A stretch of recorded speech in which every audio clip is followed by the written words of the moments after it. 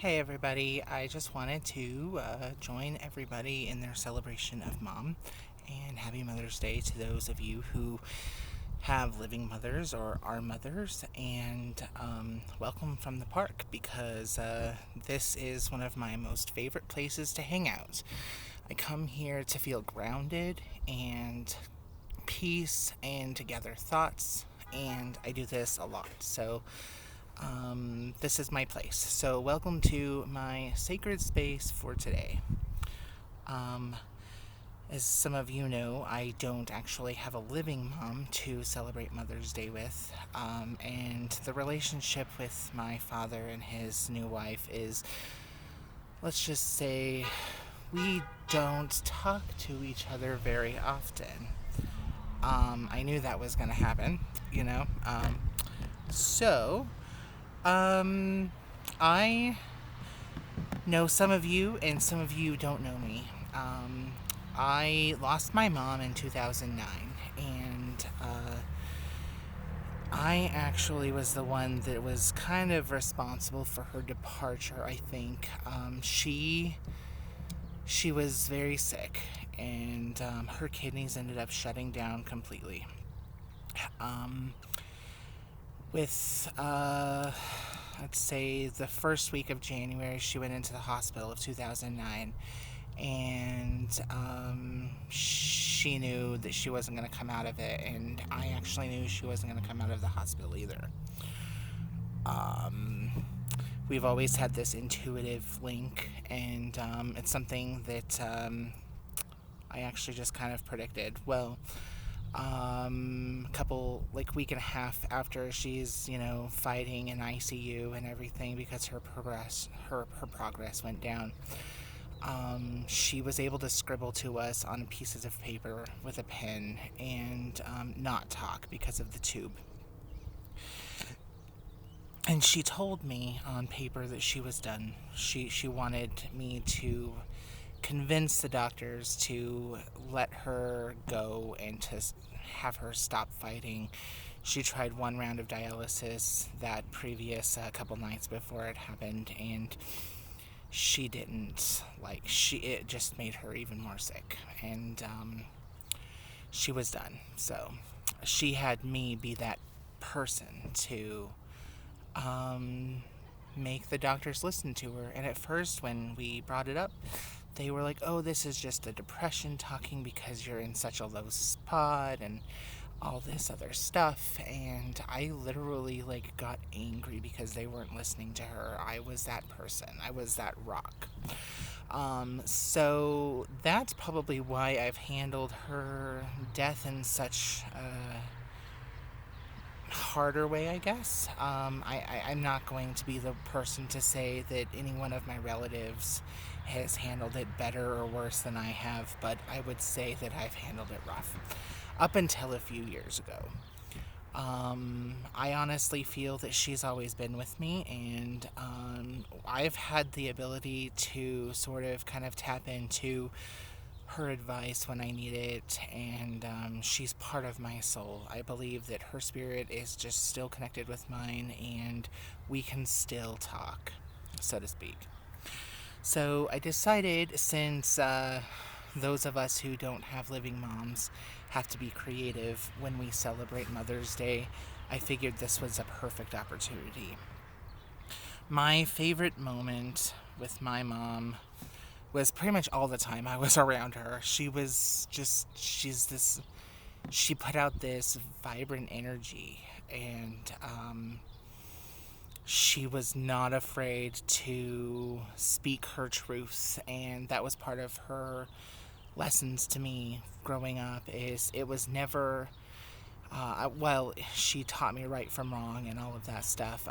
Her biggest thing she stressed was be truthful to you, and you'll always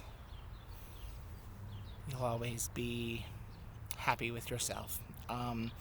Most of my life after her death, I didn't really follow that advice. Um, I have to admit, that did not happen much.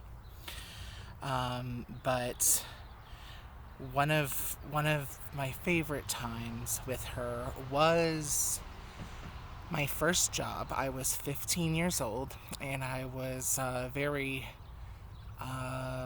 energetic, with just much like every one of you guys when you were that age.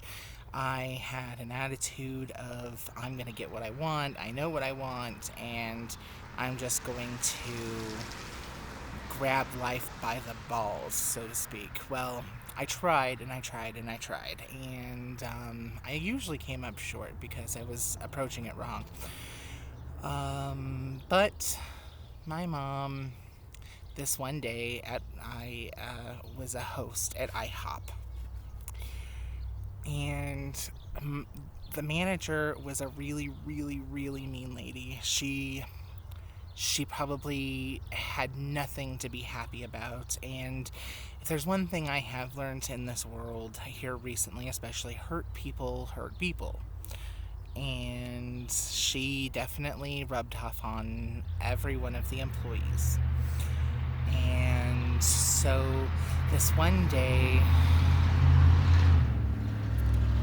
sorry, you know I'm autistic, so I have issues with obtrusive noises like car engines. It really gets me going. Um, and it's usually not like this at all.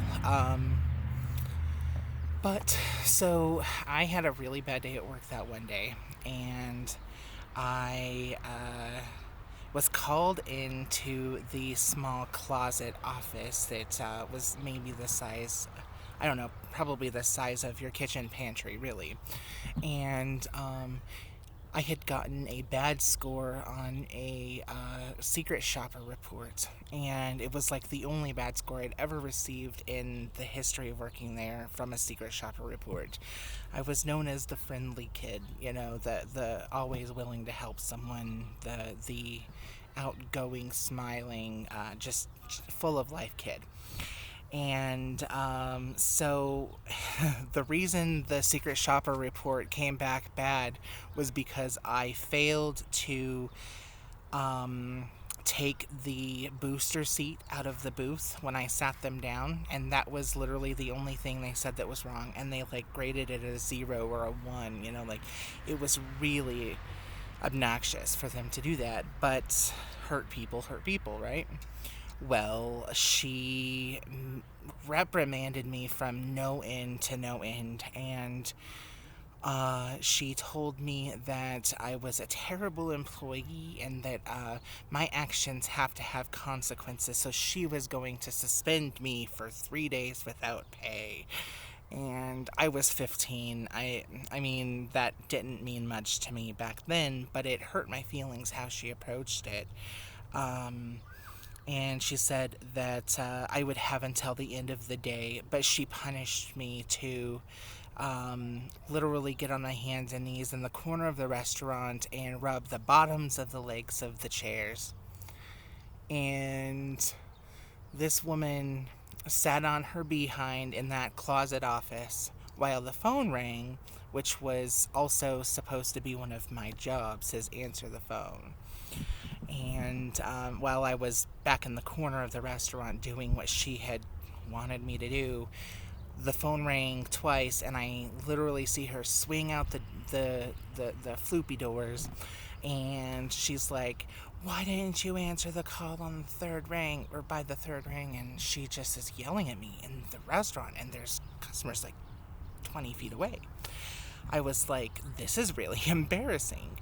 So she said that it was my job to answer the phone before the third ring, and she had it up to here with me, and that I was just dismissed, and she wouldn't see me for another week. A week now. I cried. That was embarrassing. It was demoralizing, and not at all appropriate, really. I remember looking at my cell phone, which back then, this was in the days of flip phones and prepaid phones, and I had this coolest little Virgin mobile phone. Well, it was out of minutes.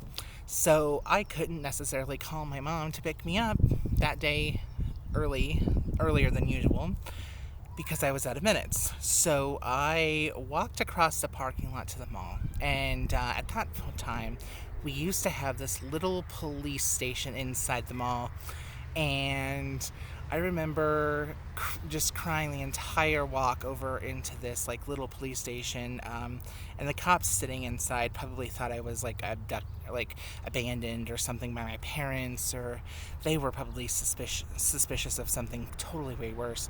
Well, I finally I asked them if I could use the phone, and I was so shy about it. And so I call my mom, and I think the cops at that point realized that, oh, it was something completely different. Well, um, I didn't go into specifics on the phone because I was embarrassed to be in front of the policeman telling them what happened. And so I call my mom and ask her to pick me up, and that I was going to stand right outside of Sears.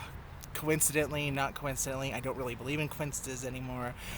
That was actually my next job as a cashier. Well, she picks me up, and I tell her everything that happened. She gets in that mama bear defense mode, and she's like, no one is going to treat my kid like this. You need to stand up for yourself. You're going to march back in there. You're going to put your vest on the counter, and you're going to tell her, take this job and shove it, because you don't have the ability, you don't have the right to treat me with such a way that you did. And she made me go in and quit.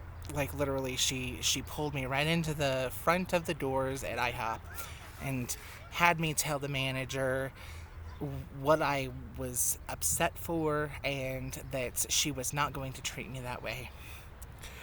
And I have to say, that was probably one of the earliest lessons that my mom made me learn how to stand up for myself. This is after years in school of being bullied, and she'd pick me up from school and take me completely out of school that day, and we'd go shopping because I was literally terrorized in high school. So I would say that's probably one of my favorite moments with my mom, because it was her way of protecting me, but it was also kind of like a little life lesson. And it was awesome. So I wrote a poem last night, dedicated to my mom, and I apologize, my head's probably going to be down a little bit, because it's on my phone. I'm not the best public speaker, even though my very best friend in the whole wide world actually used to be one of my language arts teachers in high school, and the first class we took with her was forensics and speech. So it was literally like the schematics of speech and how to deliver a speech. So, this one is called Wisdom from Debbie. My mother was brilliant, my mother was kind. My mother spoke of love, my mother spread light. She taught me the values of being nice to others, to take what was given and not let out of wine. My mom had a thirst for being there to listen, to hold people in her arms, proving the sun still shined. She was rich beyond measure, not by money, but wisdom and grace.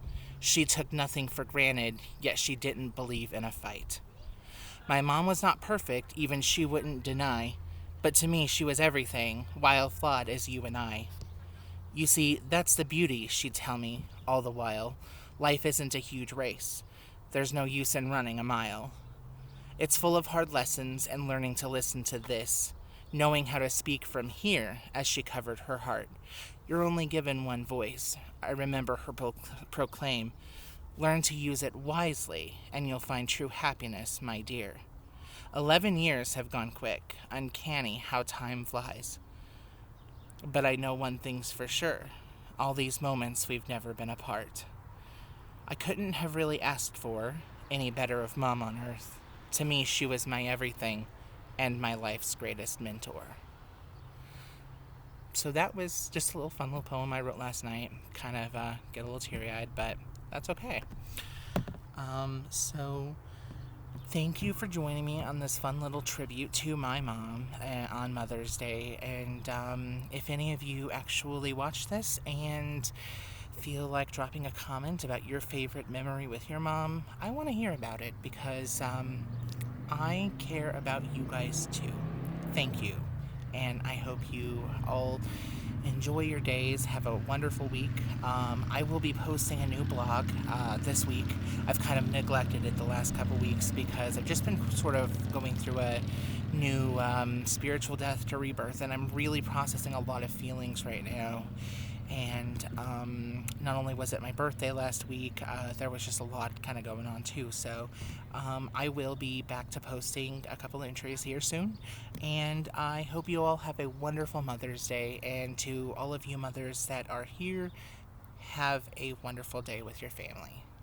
Much love.